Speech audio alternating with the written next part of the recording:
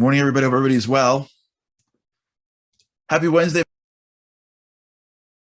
Oh, I'm back. Okay. Good morning, everybody. Hope everybody's well. Happy Wednesday for those that are here live. For those that are here any day of the week, thanks so much for being here. It's an honor to have us back. It's an honor to be back with you. For those that celebrated the holiday of Shavuot, happy holiday. It was a fascinating holiday. The holiday that remembers the giving of the Torah Mount Sinai. Believe it or not, that is a holiday for most of the religions in the world. Whether you're Christian or you're Muslim or you're Jewish, you trace it back to that moment. So it's really from all practical purposes, a global holiday. We left off last week with this concept of, if you remember the circle, we started talking about this idea of the choices that we have. And where we really left off is this concept that you really don't have much of a choice in which to be challenged, right? The way life works is we think that we're choosing challenge or no challenge. Like, it seems to us that what is happening is that as we encounter pain, we're choosing to either engage in the challenge or to retract from the challenge. But remember, the pain comes to us because of disconnection. We're not sitting around for the most part doing nothing. What begins the journey, if you will, is the recognition that there's a disconnect between who I am and who I should be, what I have and what I should have, my be and my do. And it doesn't necessarily happen when I'm sort of on the couch of life, if you will. And so we can take those feelings of wanting more, of the disconnection, and we can hide them for long periods of time. We can lose ourselves in things. 3 weeks ago, we did a show, the Shabbat show on addiction. If you remember those heroes, I met another one this week. It was heroes. The people that are lost in an addiction, the reason why they're lost in an addiction, if you can break it down, is because in those moments of disconnection, when they realize they shouldn't, the pull is too strong. So they lose themselves, if you will. They fall down into the addiction. They lose themselves in the alcohol. It's too hard to climb out of the challenge. So you fall down, right? So the pain comes, the pain of disconnection. Either you're disconnected from the family, you're disconnected from your career, you're disconnected from yourself. You hit a crossroads. Up would be over the challenge, or at least would be beginning the process of fighting the challenge. And down would be, if you will, falling down from the challenge and giving in. And if you listen to the stories, you'll find that many times when the pain came of disconnection and they knew they had to be bigger, they just couldn't, and they fell down. Now, in addiction, you're engaging in a real difficult source. It could be a drug that is expensive, that sort of has a synthetic design to addict your brain and send different chemicals throughout your brain, dopamine and whatnot, which now is basically putting you against the wall, having you to get that dopamine, having you to go out and spend the money, et cetera, et cetera. But there are other drugs that we have. The couch is a drug, isn't it? Netflix is a drug. I read a study where husbands and wives across the country show lower amounts of intimacy together because of Netflix. It's crazy, because of online movies. It's too hard to be connected to this woman, and I gotta do this and do that, and she has to do this, whatever it is, the intimacy of marriage, which, by the way, according to Judaism, is maybe the holiest thing. Intimacy in Judaism is holy. And one would think that that's pretty down the fairway for what people want, but it's hard when you can watch them. You could just binge a show. That's not an addiction. When the virus hit and people had the ability to sort of go into their homes, rebuild their families, learn new things. I know people that got degrees. I know people that got degrees in COVID. Degrees. Like a degree. They went online and they got like a master's in something. I know people whose whole lives are changed, really, for the better. Their whole lives. They went into their little cave called COVID last March, and they emerged. Whenever they emerged, they're different human beings. Their families are different. Their spirituality is different. Their connection to God is different. Their ability to grow their career is different. They learned new things. They developed their Zoom capacity. They built companies. Like, I know people whose lives have accelerated in the positive. I know other people who just binged everything. They just binged. They just sat, played video games, and watched everything on every single platform. That's not an addiction. It's an addiction. Let me tell you how it works, just for those who are aware of this stuff. We have this thing inside us called a soul. Now, when you hit that first challenge, if you can remember that little circle that we have, right? We spoke about it last time, but if you're listening to this on demand, we spoke about it on the last episode. But for those who are here live, you have to, the last time you heard this was Friday. When you hit that pain of disconnection, you have to fight it. Usually the pain leads to some level of inspiration. Usually and by the way, inspiration doesn't have to mean like you're dancing and singing. It could be inspiration through the negative, right? It can be you're inspired to change. You're not dancing, but you feel so low, if you will, that you have to fight. That's also inspiration. When you feel like you've hit rock bottom in anything, that's inspiration. If you feel like you've gained too much weight, let's make it easy. If you feel like you've gained too much weight and you're like, I can't do this anymore, that's also inspiration. Whatever it takes you to change is inspiration. You don't have to hear a speech. You don't have to hear a song. You don't have to be dancing in the aisles. Just having a thought of change is an inspiration. That's what inspiration is. But if you really break it down, inspiration really is the sound of the soul, because what the soul wants is greatness. What the body wants is comfort and survival. What the soul wants is greatness. So whenever the soul is given an opportunity to speak, the soul starts to talk, and the talking that you're hearing is, let's change. Now, once you have that feeling of change, you're faced.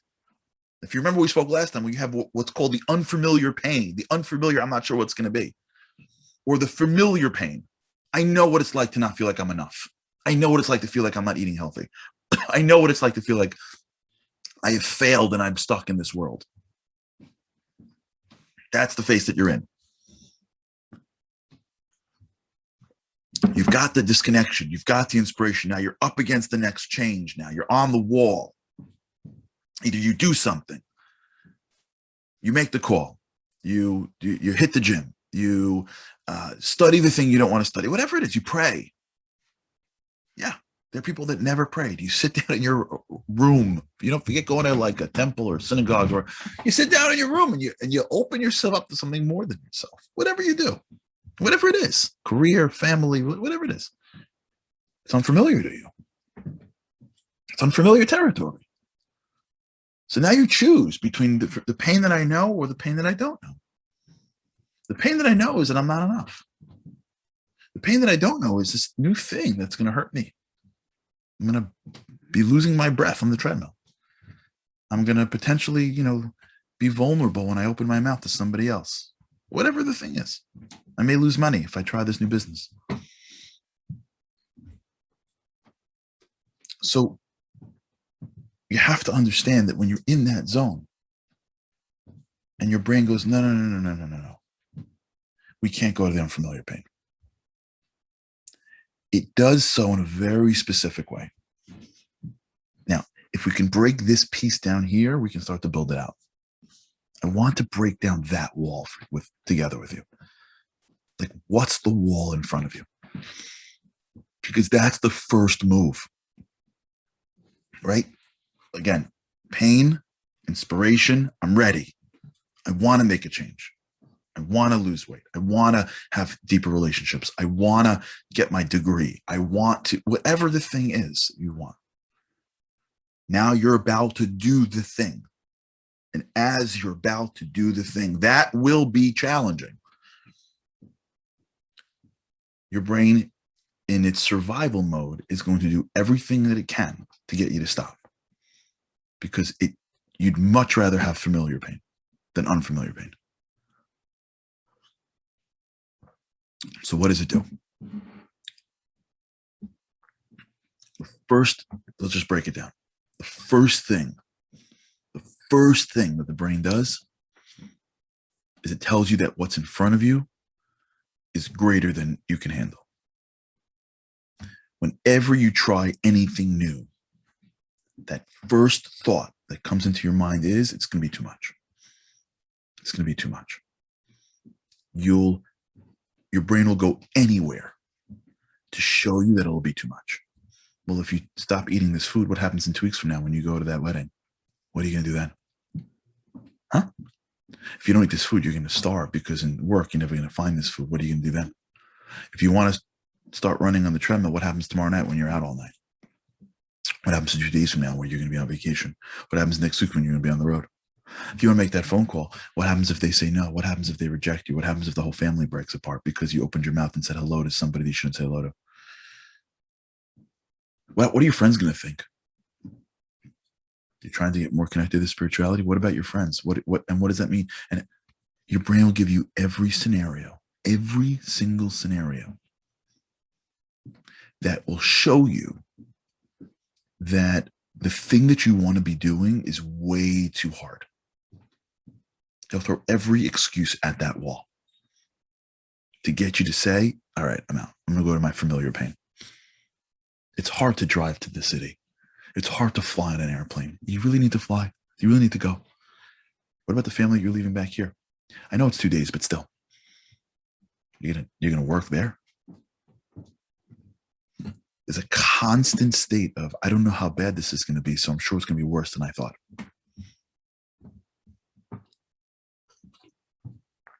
And many people with great intentions, come up to that wall, and when they get to the wall, they say, nah, I can't do that. I can't do that. Because it's unfamiliar. And I'm sure it's going to be harder than I thought. And here's the best part. You ready? This is the best part. But your brain, again, for those who are understand some of the deeper spiritual concepts, we call this the Yetzer Hara, the evil inclination. But let's just stay into the world of the brain. But just for those who are in that zone, I can just throw a little note to you. As soon as your brain tells you it's going to be hard, watch how it works. And tell me if you've been here before. As soon as your brain tells you it's going to be hard, right? You can't do that. You can't do that, right? It's going to be so hard. You never did it before. It's unfamiliar. The next thing out of your mind is, why me? Why am I like this for? Everyone else seems to have it easy. That person seems to be so put together. Why me? How come I can't manage my kids? How come I don't feel natural doing this? How come it's hard for me to drive in a car? Everyone else seems to be driving everywhere. How come it's hard for me to do this thing? How come it's hard for me to develop and whatever? How come so-and-so seems like they call whoever they want? How come so-and-so seems like they can effortlessly do everything? Everyone else has their life together. How come it's hard for me? Now, if your brain can get you to say, that's too hard and why me, right? Don't do it, and now you're a victim, it's over. It's over. That's called match, set, point. It's over because they got you. Because as opposed to your emotional energy going to break through the wall, which, by the way, isn't a wall.